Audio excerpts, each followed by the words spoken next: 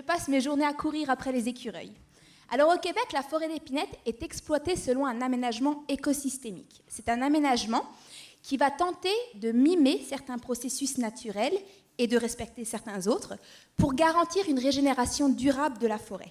Et cet aménagement est dynamique dans le sens qu'on va toujours y apporter de nouvelles connaissances pour le bonifier, mais également de temps en temps réaliser des contrôles qualité. Et c'est justement là que j'interviens avec des petits mammifères, que je vous parle d'écureuils, de campagnols ou encore de musaraignes. Je vais étudier leur occupation de site, c'est-à-dire s'ils sont présents à un site et pourquoi. Plusieurs facteurs peuvent influencer cette occupation.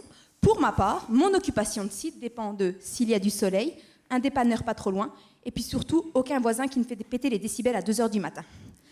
Pour les petits mammifères, c'est exactement la même chose, excepté que leur facteur d'occupation va dépendre de leurs besoins en abri et en nourriture.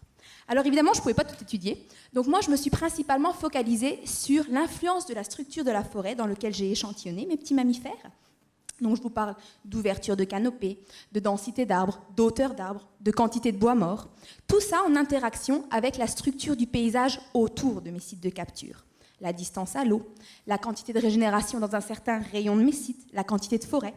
Et là, les résultats sont encore à venir, mais je peux déjà vous dire que les forestiers font un bon travail en ce qui concerne les petits mammifères, étant donné que j'en ai retrouvé autant dans mes sites aménagés que non aménagés. Et ceci que je vous parle de petits mammifères sensibles aux perturbations, comme le grand pôle-à-touche, qui est un écureuil volant, ou encore de petits mammifères qui vont représenter une communauté plus large d'animaux, comme le campagnol à 2 roues de Gapeur, celui que vous avez qui court en bas avec son petit pôle oreiller. Alors peut-être que justement, vous demandez pourquoi sur ma diapositive, tous mes petits mammifères sont déguisés en Charlie. C'est parce que littéralement, je vais transposer ce jeu du livre à la réalité. Pour savoir si une espèce est présente sur un site, il faut que je la trouve, que je la détecte. Or, encore une fois, de nombreux facteurs vont influencer cette détection. Et le but du jeu est d'en identifier le maximum de ces facteurs pour pouvoir les intégrer lors des analyses, mais également de mettre en place un échantillonnage, un protocole d'échantillonnage qui va maximiser la détection.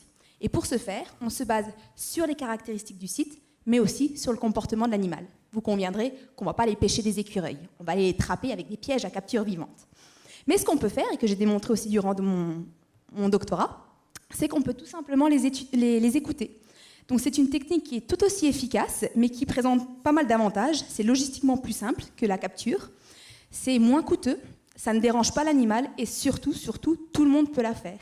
Et cela est possible simplement parce que l'animal, l'écureuil, est territorial. Lorsque vous rentrez sur son territoire, il va le défendre vigoureusement, mais surtout vocalement. Et bam, vous le trouvez. Donc vous savez ce qu'il vous reste à faire si vous voulez trouver Charlie en forêt. Tendez l'oreille. Bravo!